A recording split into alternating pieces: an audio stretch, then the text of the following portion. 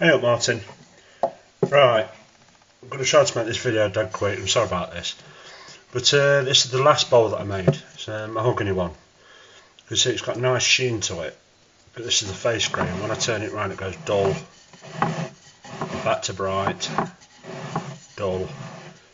And that's obviously the end grain. Now it's not too bad on the outside because I sanded it so much it's probably gone down by about 3 or 4 millimeters, the amount that I've sanded it. But on the inside, I'll get a better camera angle. Welcome to the messy kitchen. So let's see if I can get some. There. It's dead rough there. And on the other side, it's not as bad, but no amount of sanding would be able to get that out, because obviously it's a steep bowl and it's got a sharp bevel at the bottom. It's very hard to get the gouge to go in and then round to the flat bottom without getting all the radial tool marks. So I think I've bitten off a little bit more than I could chew, to be honest, with this bowl. So everything else I've done is a lot shallower. Like that one there. This is old. This is one of the. There's a bit there, look, end grain, and on the other side end grain, and that's just ridiculous, the amount of tool marks in there. But like I say, I think that was the second or third bowl that I made. But yeah, I'll go out to the shed and show you how I've been turning so far. That was the first thing I made. Look how far that's been hollowed out. Right, this is the blank I'm going to use. It's the only thing I've got, basically, because I want to save all this lot. I've got some nice brown ivory here, but I want to save that for when I'm a little bit more proficient. I've got an idea. I think that's going to be the base of big vase. Some cutouts, but anyway, that's another story. I've cut that off this piece. Now it's not pine. I don't know what wood it is. I bought it at UKIS. It's on the soft side of hard, I think. I don't know what it is, but there's no knots that I can see in it. So I've done the mortise already, so I'll start roughing it out. Right, I'm getting a little bit worried because the battery's running out. I don't know where the hell my charger is, but there we go.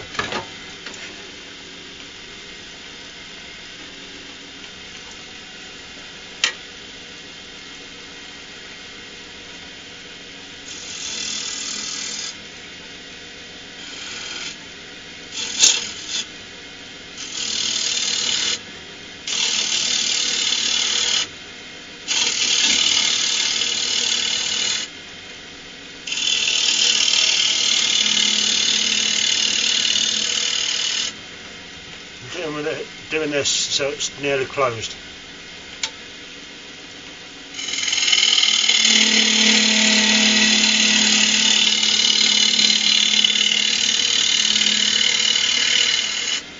Before I was doing it like that.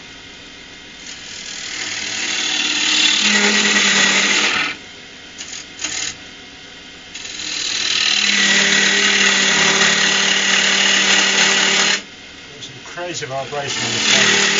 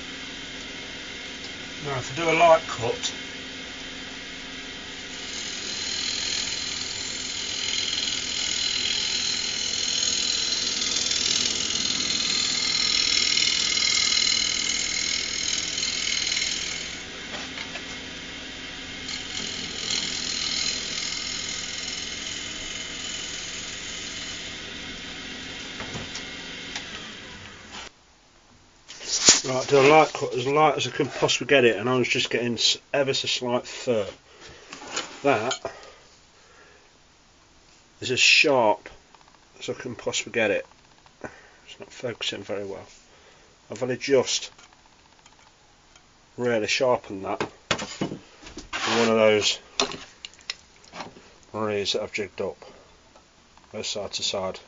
It's like a sorbet.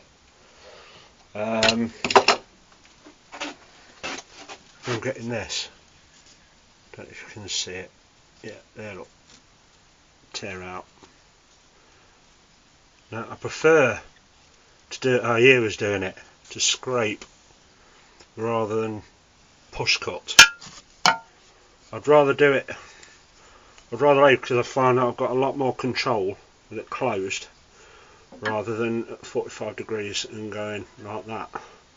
Because when I go like that, I tend to like either skip off or dig in, and I just get ridges. With that, is nice. And, oh god, this light is rubbish.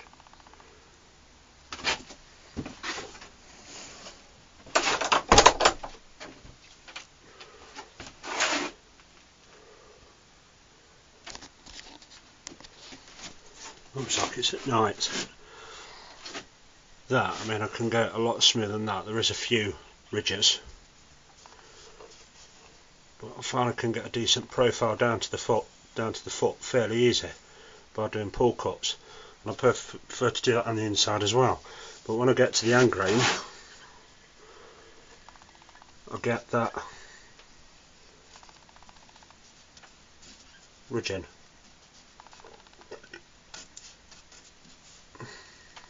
There, look. On the end grain, and that's on the outside and the inside. So I don't know how you're doing it, to be honest. I mean, I'd love to know how you can do a pull cut.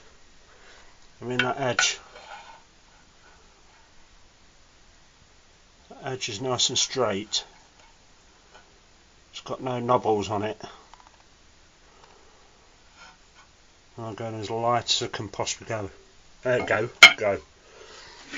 So yeah, that's the problem I've got, and to be honest, it's pissing me off.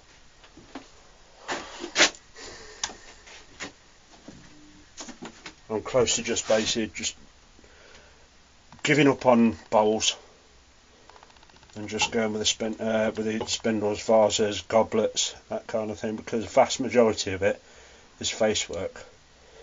And you have little bits of end grain like where you have a bevel in and out. I could just rough around with a bit of sandpaper rather than an entire face on both sides, inside and out. So yeah, that's me. So mate, I forgot to add, I also made a negative rake scraper. This is a while back.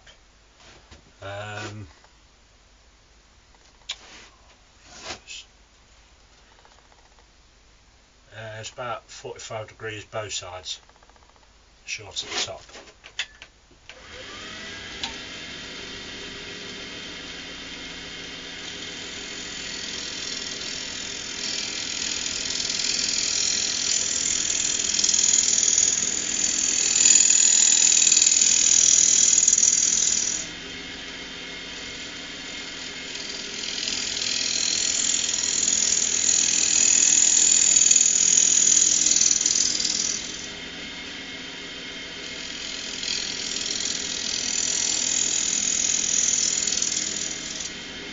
I wasn't doing any touching there at all. Still got it.